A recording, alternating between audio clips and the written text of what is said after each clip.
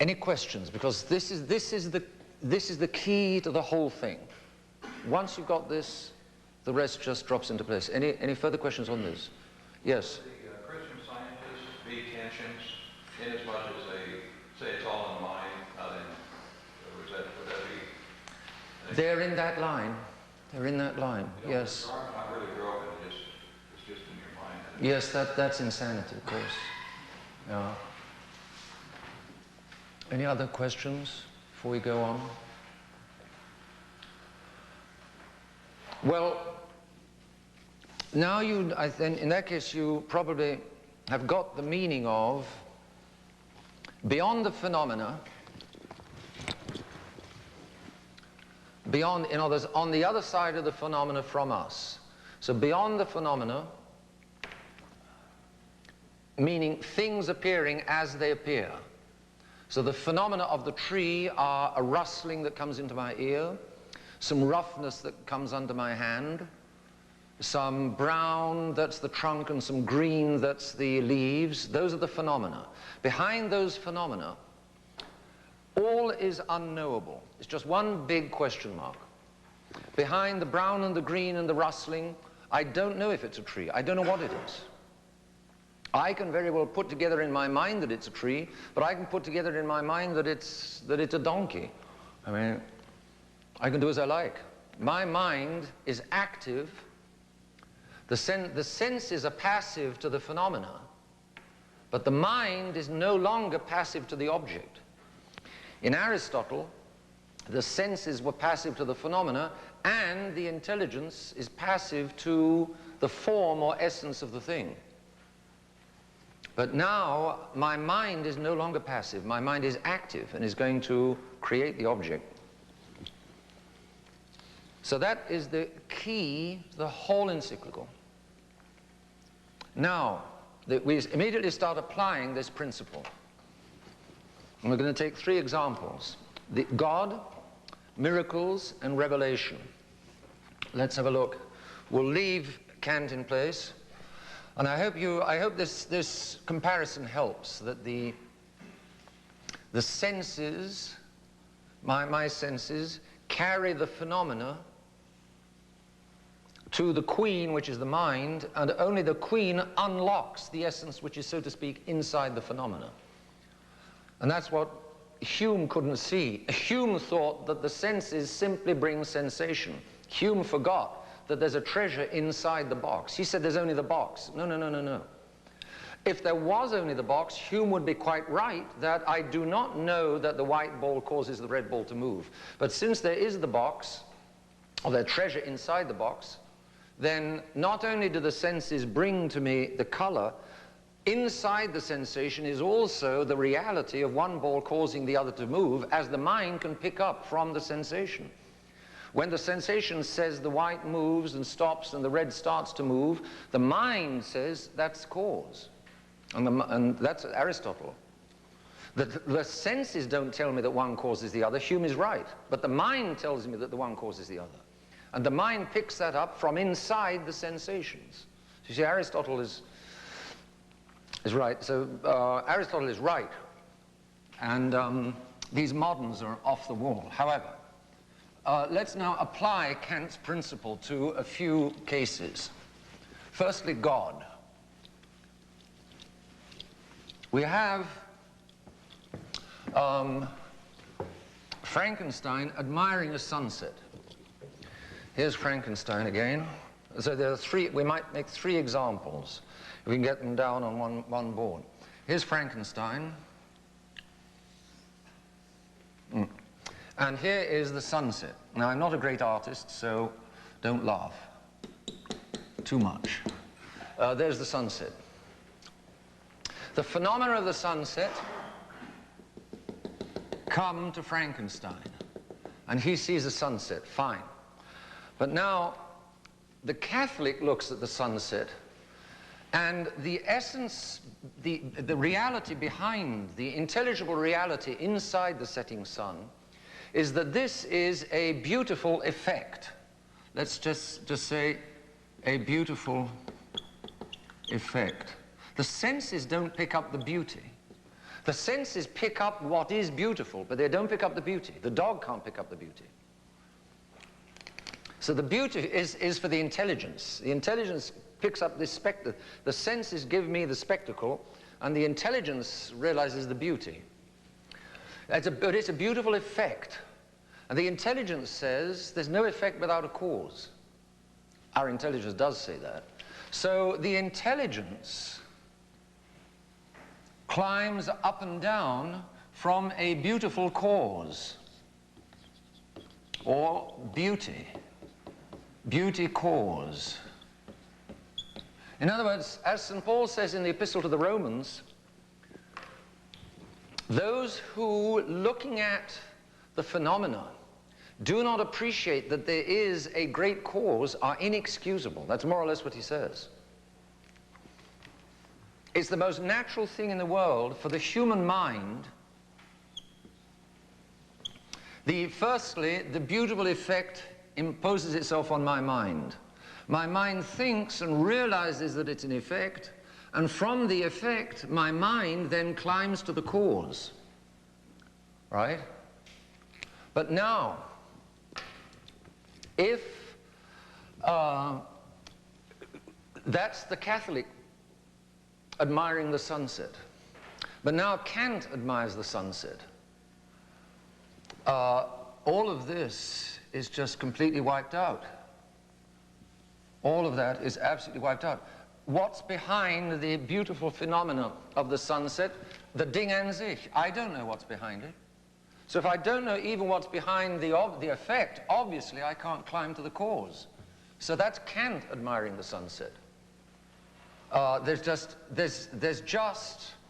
a bunch of phenomena coming off, and Kant can very well say, hey, this is my mind, that's ugly. That's ugly. Or that's a donkey.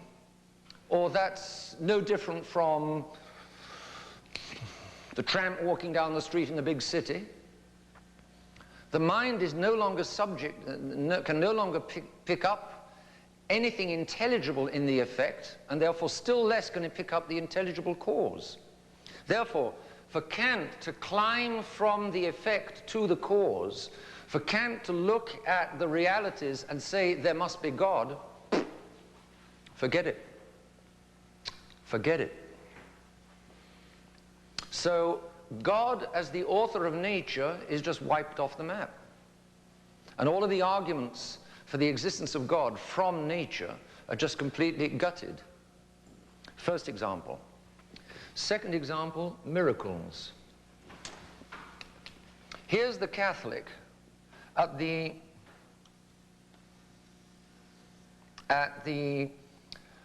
miracle of Cana.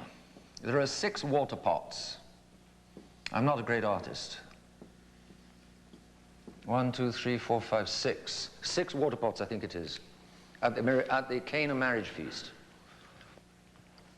The Catholic sees these water pots, and the phenomena are, he knows that the essence of what's inside the water pots is water, because the phenomena are the phenomena of water. Maybe one of them tipped his finger in and tasted it, but in any case, it was obviously water.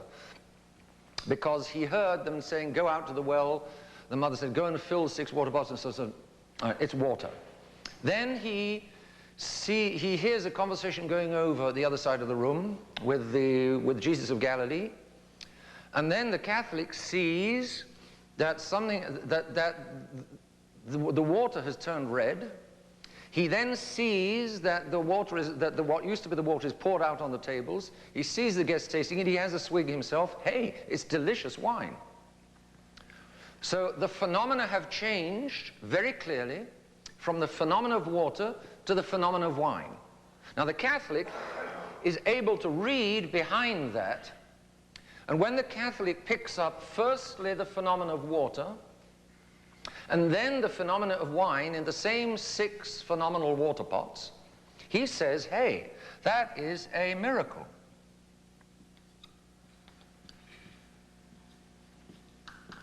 When the phenomena, when the essence of water is changed into the essence of wine, and not just the phenomena, because he's a Catholic. When the appearances change like that, and the reality, as everybody tastes and everybody tries it, it's clear that it's wine, it's no longer water. He says that's a miracle. And he, again, the mind, the phenomena don't tell him that it's a miracle. I mean, the phenomena give him the material of the miracle, but the phenomena don't give him the essence of the miracle. They give him the appearances of the miracle. But it's his mind that says, hey, water doesn't usually change into wine. But I know that the essence of that was water, and I know that that essence is now wine. Hey, water doesn't change into wine without God intervening. So this is God. This is a miracle. So you see again, for somebody to recognize a miracle, his mind has to be at work on the phenomena, reading behind the phenomena that something in the essences has changed in a way that it can't possibly normally change. Therefore, a miracle as a miracle is on the other side of the phenomena. Well, again, you put Kant in front of that, so the Catholic's mind picks up the miracle. And the miracle, again, imposes itself. His mind is passive to the miracle. His mind is not creating the miracle, his mind is passive to the miracle. What was recognizably essentially water is now equally recognizably the essence of wine. No question about it. Behind that change in the appearances, there's a change in the essences. And who can only change the essences? It must be God. So again, we've got the argument, the mind climbs from the change in the appearances, climbs from what's behind such a change in the appearances to the worker of the miracle. But it's the mind that does it. The eyes don't say that the white ball makes the red ball move. The eyes simply pick up white moving, stopping, red starting to move. That's all the eyes pick up. The eyes and the tongue pick up water or wine or colorless red. That's all that the eyes pick up. The eyes don't pick up the miracle. It's the mind that picks up the miracle. Now, with Kant, beyond the miracle I can't go. Behind the phenomena I can't go. So since the miracle as miracle is behind the phenomena, I can't pick up the miracle. So miracles are wiped out. All that we've got, once more, is just one big question mark. Question mark. I don't know what that wine really, what that water, I don't know if it was really water. I don't know if it's really wine. And that's how people today react to miracles. How do I know? I don't know. I don't know whether that was really. The Lord God today can work a miracle under a person's nose, and he would say, I don't know what's going on. So, again, you put Kant in front of that, and there's just one big question mark. And the mind imposes, and Kant will say, oh yes, there's miracles, because the idea that this Jesus of Galilee made the water into wine made them all feel good. So they all created a miracle. The mind created the miracle. So the miracle is a fabrication of people's minds. It makes them feel good. Okay, no problem. But there's nothing objective about it. Let's talk about anything objectively. The object is unknowable. The essence of the object is unknowable. So, away with miracles. All that we've got out there is, for the intelligence, all that we've got out there is a question mark. One big question mark. Now, let's take thirdly, revelation. Same principle. Here is Frankenstein. Oh, it's firstly the Catholic Frankenstein. First he's going to be a Catholic. And here is, please excuse me, the Galilean.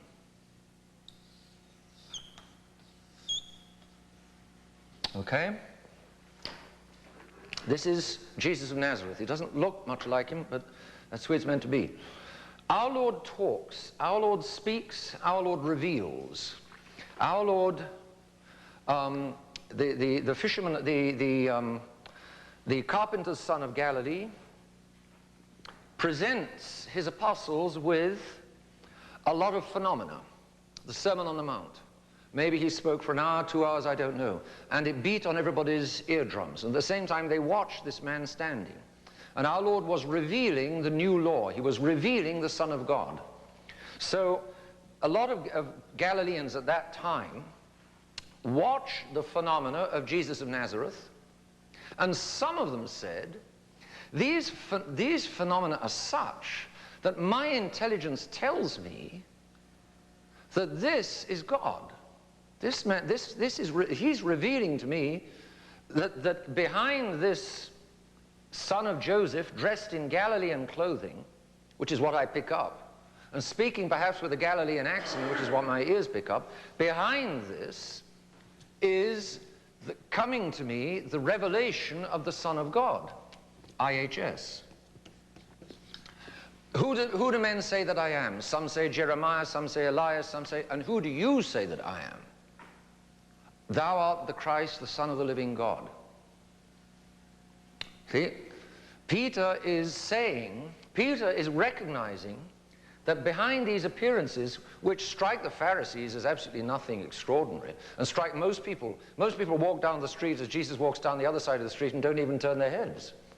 The appearances are nothing really very special. But those who stop and listen and get to know over a few months and maybe a couple of years, they finally say, this is thou art the Christ, the Son of the living God. In other words, and it's not, again, it's obviously not Peter's eyes, which have simply picked up color, nor Peter's eardrums that are telling him this is the Son of God. It's Peter's mind, which is working on what his eyes and his eardrums have been giving him for the last 2 years. His mind is working on it, and his mind tells him this is God.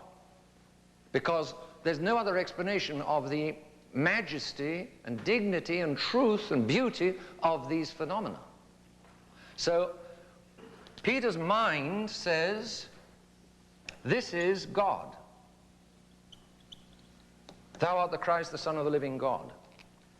But once more, Kant comes up against these phenomena. So there's revelation. There is the Son of God through natural means, through a Galilean, through a human being, revealing himself, God revealing himself, the second person revealing the divinity. Philip, he who has seen the Son has seen the Father. Jesus, show us the Father. Philip, you have been with me all this time. Do you not realize he who has seen the Son has seen the Father? Behind these appearances is the Godhead, as the mind can pick up. Same thing with doubting Thomas. I won't believe until I put my hand in his side, and so on. So, all right, Thomas, put your hand in my side. So Thomas believes his senses. He wants sensation. He's not a Cartesian. He will see, for him, seeing and touching is believing. He wants the scientific evidence. So he puts his hand in the side, and he sees, yes, it's for real. Then he falls down on his knees and says, my Lord and my God. It's not his fingers that picked up God. It's the mind reading behind what his fingers were telling him. Namely, this is a real man with a real gap in his side, just where Jesus a few days ago got skewered by the lance of Longinus. So his mind tells him this is God. So the mind goes beyond what the senses. Now that is a supernatural grasp. And with Peter it's the same thing. But in any case, they're grasping by faith what is being revealed to them in the realm of nature. A hand being put in a slot is a completely natural and sense thing. But behind the natural and sense thing, Thomas and Peter read very much more, and it's completely reasonable to read it. But for Kant, nothing. For Kant, behind the phenomenon of the Galilean, once more, there's just a Ding an sich. I don't even know if it's a human being, let alone God. It might be an elephant, a donkey, a monkey, a tree, a pear tree. I just don't know. So if I want to say that that's God, if it makes me feel good, by all means, but please don't pretend that it's coming from outside. It's my mind that's putting God in it. Therefore, what you can see is that the sunset, the water pots, the Galilean, Between them and my mind, there's just one great big gash. I have got no right to go beyond the frontier of the phenomena. I don't know what's beyond the phenomena. I know the phenomena, but what's beyond I don't know. Therefore, the author of nature, the author of miracles, the author of revelation, trash can. And that's just the beginning of it. Jim. Would it be fair to say that the Pharisees or the non-believing Jews were early-day Kentians? Kind of, yes. They're refusing the objective truth. Yes, kind of. But they hadn't made it into a system. You mean the Kentians? No, the Pharisees had not made it into a philosophical system. The end result is kind of the same. But what Kant did that nobody had ever done before was made the refusal of the object into a system. The Pharisees will not have said, I don't know the object. The Pharisees would have said that this is not God. But they didn't say that anybody behind his phenomena is unknowable. But if you turn it on its head, could you say then that the Kentians were latter-day Pharisees? Sort of, yes. That explains quite a bit in history. But the end result is the same. It arrives at the same result. Only Kant is much more devastating. Because Kant is making refusal of objective truth into a universal system. The Pharisees never did that. The Pharisees never corrupted minds to that point. If the Pharisees had known Kant, they might have been delighted and said, Kant, you're a hell of a good guy. But Kant couldn't then have swung it, which was your question a few moments ago, because far too many people had far too much common sense. Kant can only swing it when the world is already fairly corrupt, with at least 200 years of Protestantism, nearly 300 years, 1780, 1580, a good 200 years of Protestantism. And the whole modern world had to be fairly rotted with Protestantism before Kant could start to take off. And then liberalism is what really enabled Kant to bite. Okay? So this nonsense is only acceptable in a pretty corrupt world. And John Paul II, talking all of his nonsense, John Paul II can only get away with it because the world because Catholics are so foolish. If only a few more Catholics had a little more horse sense, there's no way that John Paul II could seriously get away with the things he's saying. Too many people would be saying, Holy Father, you're talking nonsense. And if enough people said to him, Holy Father, you're talking nonsense, he would backtrack. Okay, you don't feel good about it, then look, I'll tell you something else to make you feel good. I'll tell you that 2 and 2 is 4. Does that make you feel good? Yes, Holy Father. All right, well, I'll say 2 and 2 is 4 from now on. Ah, thank you, Holy Father. But is it any better when such a man says 2 and 2 is 4 than when he says 2 and 2 is 5? It's even more dangerous because 2 and 2 is 4 in his head is no longer resting upon objective truth. It's resting upon what he now realizes makes many people feel good. And that's the way Cardinal Ratzinger and Pope John Paul II operate, basically. They're giving out, you know, what makes people feel good. And so even when they're traditional, they're not really traditional at all. You can't trust them when they say, let's have the Tridentine Mass. Because they're not doing it on the basis of objective reality and commandments of God. They're doing it on the basis of, the people here like a Tridentine Mass, let's give it to them. Okay, if it makes them feel good. People pleasers? Yes, it's on a basis not of the will of God, but on a basis of people pleasing. In other words, the basic principle of the people command God has not been changed. And at least when they say 2 and 2 is 5, you can recognize that they're off the wall. But when these people say 2 and 2 is 4, it's more dangerous because they resemble people who are sane. They look like people who are sane.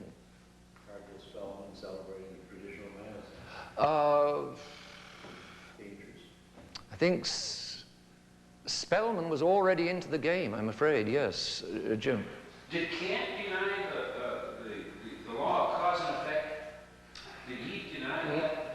He transposed it from objective reality into subjective thinking. The law of causality is created by my mind. Oh, okay. The whole of reality shifts from outside to the inside. The name for it in philosophy is subjectivism. Kant is the prince of subjectivism. All reality now takes place inside my own head, and as you said, virtual reality is the same kind of principle.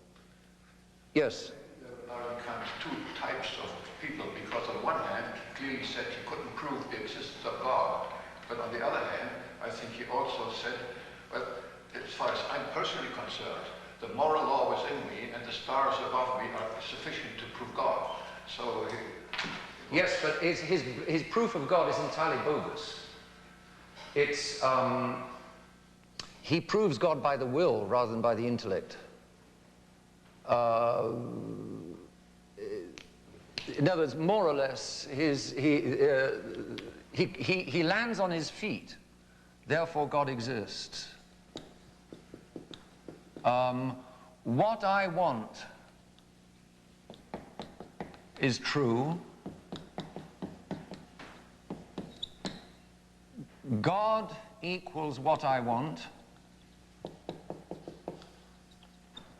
Therefore, God equals true.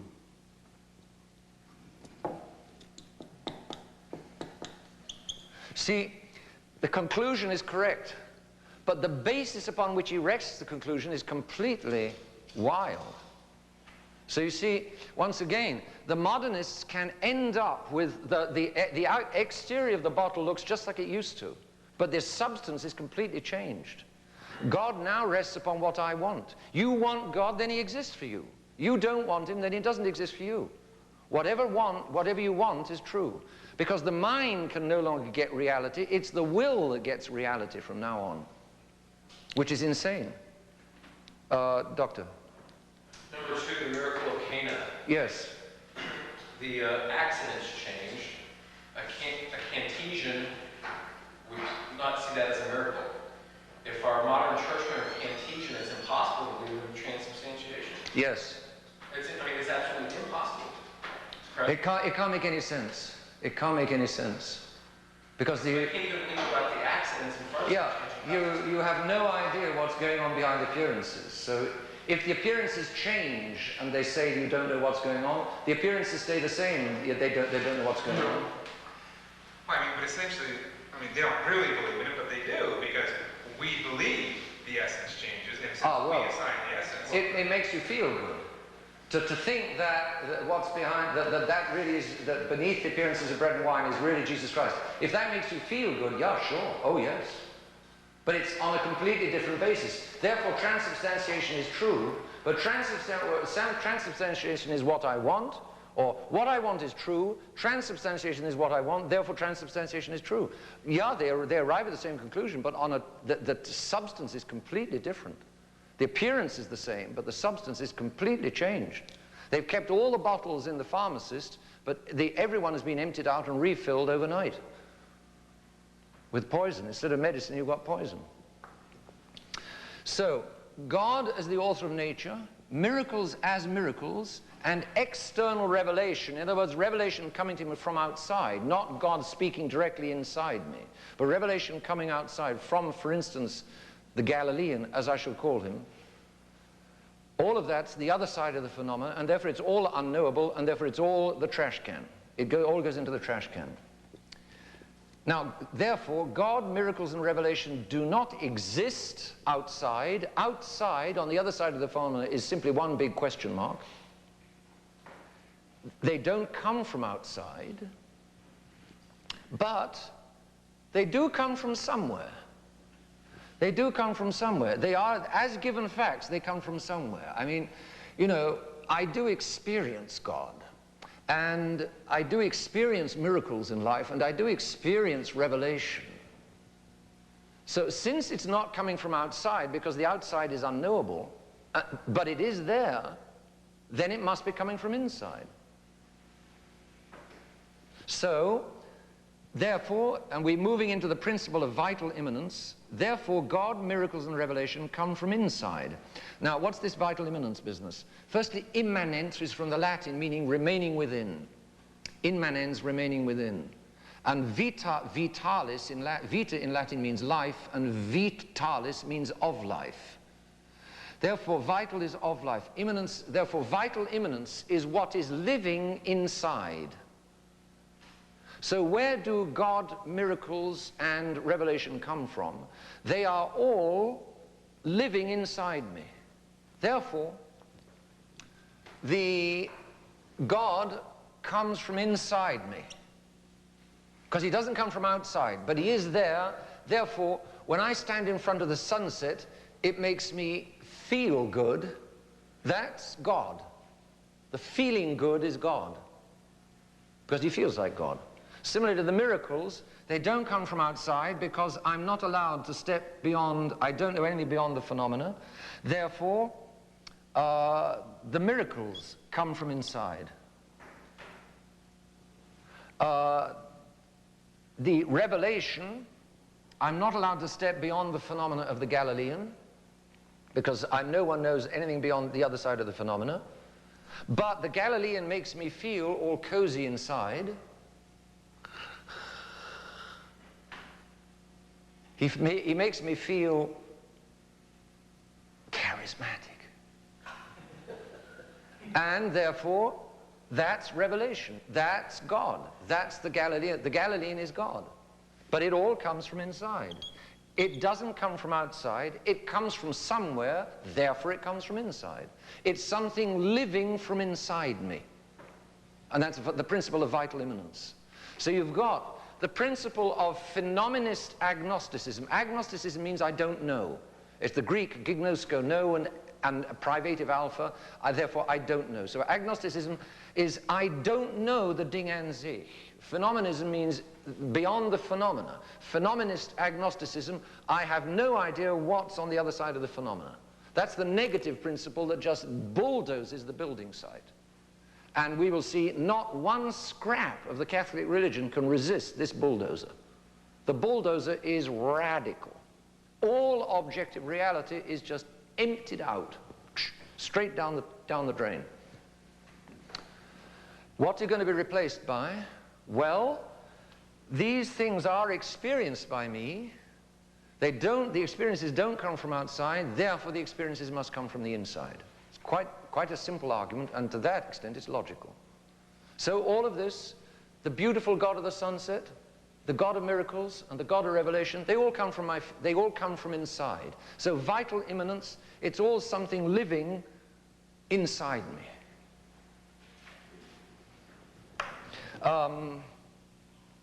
Religion is therefore they come from within. Now religion is a form of human life, which in Latin is vita, and the adjective is vitalis. Therefore, religion comes from man's life within. And that's another key principle. That really deserves a double underlining and capitals again. Religion comes from man's life within. Religion comes from inside. It cannot come from outside. It comes from somewhere. It must come from inside. It cannot come from outside, phenomenist agnosticism. It does come from somewhere because it's a fact of life. Therefore, it must come from inside, vital immanence, living insideness. That's vital immanence. Big Latin words, what they mean is living insideness. Therefore, religion comes from man's life within, and there you've got in brackets on your little thing, pi of vital immanence. That doesn't mean 3.14159, it means it's short for a principle. That's the principle of vital immanence. Pi is used here, the Greek letter pi is used for principle of vital immanence. Now, all of man's life comes from the sense of his heart and from his needs. Therefore, capital letters, religion comes from the needs of man's heart. So we've got a big bleeding heart's religion. That's where it all comes from. So all religion comes from my big bleeding heart. My heart, has such needs. I'm starting to feel it. Are you feeling tingly and sincere all over? That's what you should be feeling. They never refer to conservative as having a bleeding heart. It's always a liberal. You got it, yeah. But they say if the conservatives pretend that they have an objective religion, they're simply responding to the needs of their bleeding hearts. Yes? I think I missed somewhere how they jumped from their previous system that was all based on the intelligence Yes. of the heart. Where's the connection there? Okay.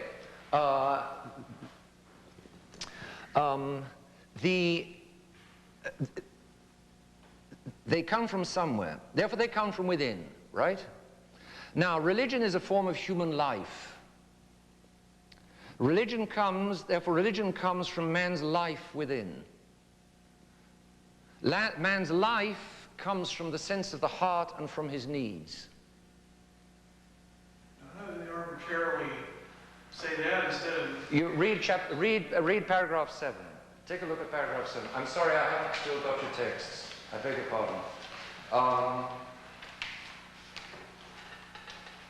Let's have a look at this.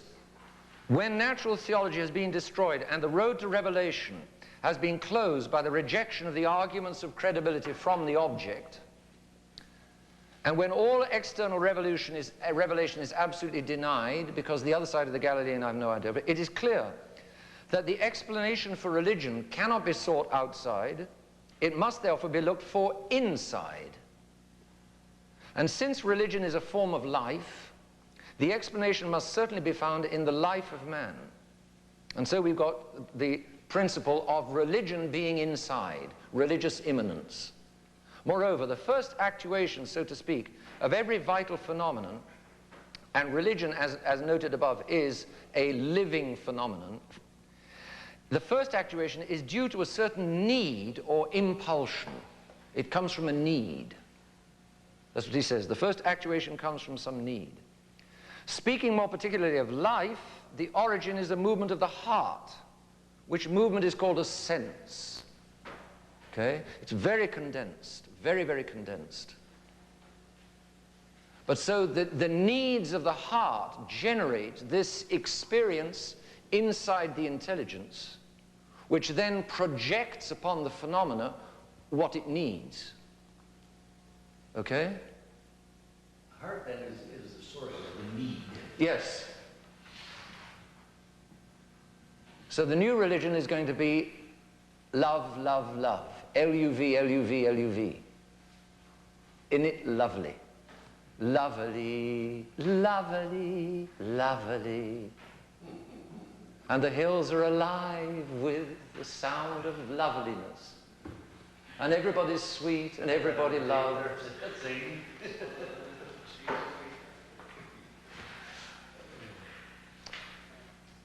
Therefore, as God is the object of religion, we must conclude that faith, which is the basis and foundation of all religion, must consist in a certain interior sense or feeling, originating in a need of the divine. This is about the same time as Sigmund Freud, interestingly.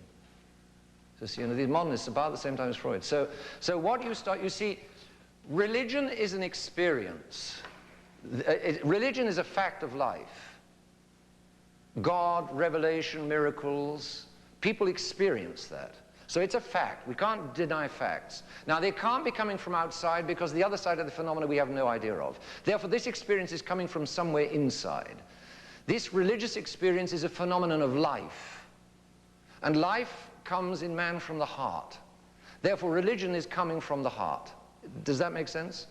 That's very condensed, but that's how he's arguing it. Could they not as well have said that because this experience is perceived with the intelligence, that religion is created by the intelligence? Why do they pick the heart necessarily?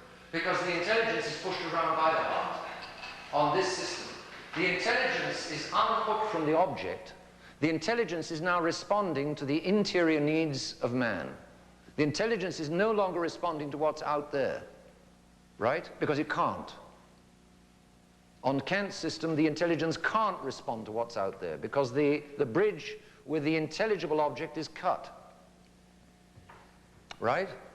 So the intelligence is all dressed up with nowhere to go. So it's fed from inside. It's the heart that moves the intelligence. What I want is truth. I want God. Therefore, God is truth. Got it? The appearance is the same, God is truth, but the substance is totally different. It's now totally me, me, me, instead of reality, reality, reality. Reality is no longer the master of me, but I am the master of reality. The scales are being completely tipped. And man, instead of God being above man, man is now above God. That's the game. It's very simple, really. I wouldn't understand it if I hadn't been exposed to Protestant preaching for the last couple of weeks. This all makes sense. Yeah? The way they see it. Yes. You're Protestant. Sure. Yes. Yeah. The Protestants, Jim was saying that the Pharisees is canon the same as the Pharisees. You're saying it's the same as Protestants. Wherever men deny the reality, they are implicitly Kantians. But what Kant did was to make it into philosophy, which has never been done before. And that's when you're in real trouble. For instance, if I go downtown and get drunk, but I know that it's the wrong thing to do, that's a sin, but it's just weakness. But if I go downtown and get drunk and say that getting drunk is a good thing, that's a completely different ball game. Because now the rot is no longer just in the fact that I like getting drunk. The rot is now in the mind, right? And I'm adapting my principles to my rotten practice. So rotten practice, but good principles, is much better than rotten principles and good practice. Kant did not get drunk and he didn't womanize, but he was deadly. Whereas I remember once visiting in Ireland an Irish priest who was drunk all day long, but he nevertheless was a successful parish priest, because the drunkenness was just a weakness of the flesh, but the religion kept on coming straight from the mind, and therefore the essentials he had and the drunkenness, the parish lived with it. The people knew that he was drunk all day long. They didn't expect him to be anything else, and those are Catholics. That's a wise Catholic reaction. But today, your Puritans, drunkenness. But if he says that 2 and 2 is 5, that's not a problem. It's drunkenness that's getting a problem. See, people today have got it completely wrong. Principles are much more important than practice. But people today have got no sense of the importance of principles, no sense of the importance of doctrine, no sense of the importance of principles. So people today are just all over the place. If religion comes from man's life within, therefore religion comes from the needs of man's heart. And then we immediately begin applying this principle. This is the application of these deadly principles, absolutely deadly principles. What does faith become? Faith is then an inner sense. It's it's the vomit rising up from my heart, which I then splash all over the object. That's what faith is. Here's the Galilean. If I believe in the Galilean, it's because the Galilean phenomena so interests me that it awakes my need for God, and my need for God produces God, which I then splash all over the phenomena. So imagine the vomit of my needs splattered all over the Galilean, and that is the modernist idea of faith. Now you know why the Pope says this is, I'm sorry, you haven't had the text, but if you read it, he says, this is insanity. Understand it who can. Well, it's also blasphemy. It is absolutely blasphemous. It's horrible, absolutely horrible. But he says they're audacious. They don't shrink from anything. They stop at nothing. This is the mess that we're in. This is the mess that we're in. Now you know why the church is in such a mess. Because you can't get more basic than that. When you attack the mind, when you attack the prime principles of the mind hooking onto reality, when you unhook the mind from reality, you can't disorient a man deeper than that. Even, the guys that danced around the golden calf didn't pretend that, we can't know the object. But this is what the modern world is into. And this is why the modern world is so deeply sick. And it's got everything to do with Immanuel Kant. If there's one man, it's the two men, Descartes and Kant. Those are the two men. Well, we will drop it there and pick up again at 2:30.